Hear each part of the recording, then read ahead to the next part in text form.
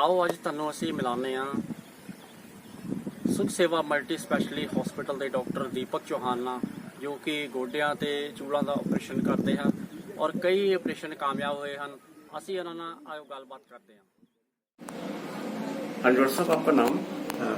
Doctor Deepak Chauhan. I am consultant orthopaedic surgeon in Sukh Sewa multi speciality hospital.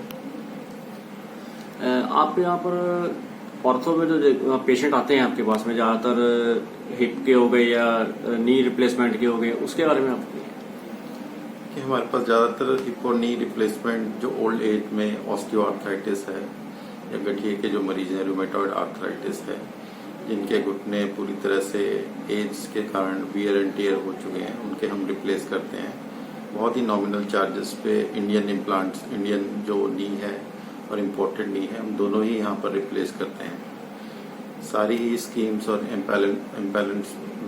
एम्पैलेंटमेंट्स के through हम यहाँ पर रिप्लेसमेंट करते हैं।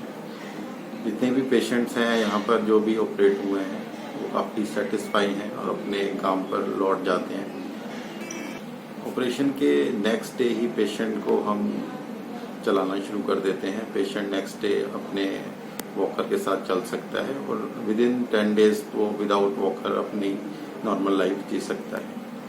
और ये सर्जरी बिल्कुल ही एक आधे घंटे से 1 घंटे के बीच में हो जाती है और इसमें ऐसी कोई प्रॉब्लम नहीं आती है पेशेंट को, किसी भी तरह का इन्फेक्शन और कोई हेल्थ रिलेटेड जो भी कॉमोर्बिडिटीज़ हैं, डायबिटिक, हाइपरटेंशन, क्योंकि ये मल्टी स्पेशलिटी हॉस्पिटल है, सारी ही केयर हम यहाँ पर प्रोवाइड करते हैं पेशेंट को।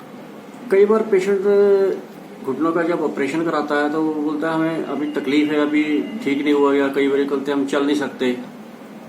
देखिए, इसके बहुत सारे कारण हैं। कभी कभी ऑपरेशन बहुत ज़्यादा लेट हो जाता है, जैसे पेशेंट को कोई स्पाइन की भी प्रॉब्लम है, उससे रिलेटेड जो पेन है, रेडिएटिंग पेन है, नर्व से रिलेटेड पेन है, वो पेन कभी कभी इस पेशेंट्स को परेशान करता है। इसलिए एक टाइम पे ऑपरेशन करा लेना इसका बहुत ज़रूरी है, क्योंकि उसके बाद घुटनों के बाद स्पाइन में भी प्रॉब्लम आनी शुरू हो जाती है पेशेंट को। ऑपरेशन के बाद में इसका क्या प्रिकॉशन लेनी चाहिए? देखिए, प्रिकॉशन सबसे ज़रूरी यही है कि पेशेंट एक्सरसाइज करता रहे, क्योंकि ऑपरेशन के बाद भी क्योंकि एक हम नेचुरल नी को तो रिप्लेस कर देते हैं, उसके बाद जो नी हम रिप्लेस करते हैं उसके लिए मसल्स की स्ट्रेंथनिंग बहुत ज़रूरी है, तो एक्सरसाइजेज रेगुलरली करना बहुत ज़रूरी है।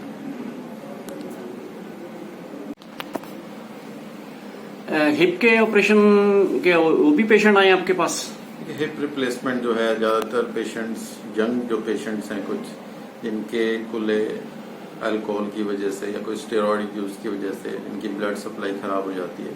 इसके बाद जो खुला होता है वो एक सिकुड़ जाता है, उसकी ब्लड सप्लाई ख़राब होने का कारण वो जोड़ जो ख़राब हो जाता है वो ही एक मेन कारण होता है खुले बदलवाने का। तो ऐसे पेशेंट्स में हम स्टार्टिंग में, अगर अर्ली स्टेज पे पेशेंट आ जाता है तो उसमें हम बचा सकते हैं उसको, लेकिन जब लेट स्टेज पर पेशेंट प्रेजेंट करता है तो उसमें हम उसको रिप्लेस करते हैं।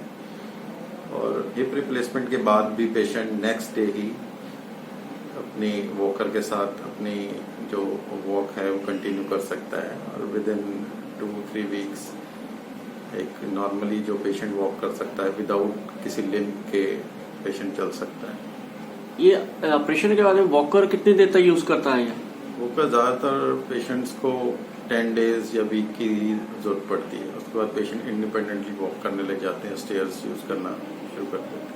कि इस ऑपरेशन के बाद अगर बंदा कोई झुक के कोई काम करता है, उसको उसके प्रॉब्लम तो नहीं आती? कोई झुक के काम करने का ऐसा कोई हम मना नहीं करते हैं, सिर्फ स्टार्टिंग में स्क्वेटिंग करना, क्रॉस लेग सिटिंग, जो चौकड़ी मारना या नीचे बैठना, वो हम स्टार्टिंग में मना करते हैं पेशेंट।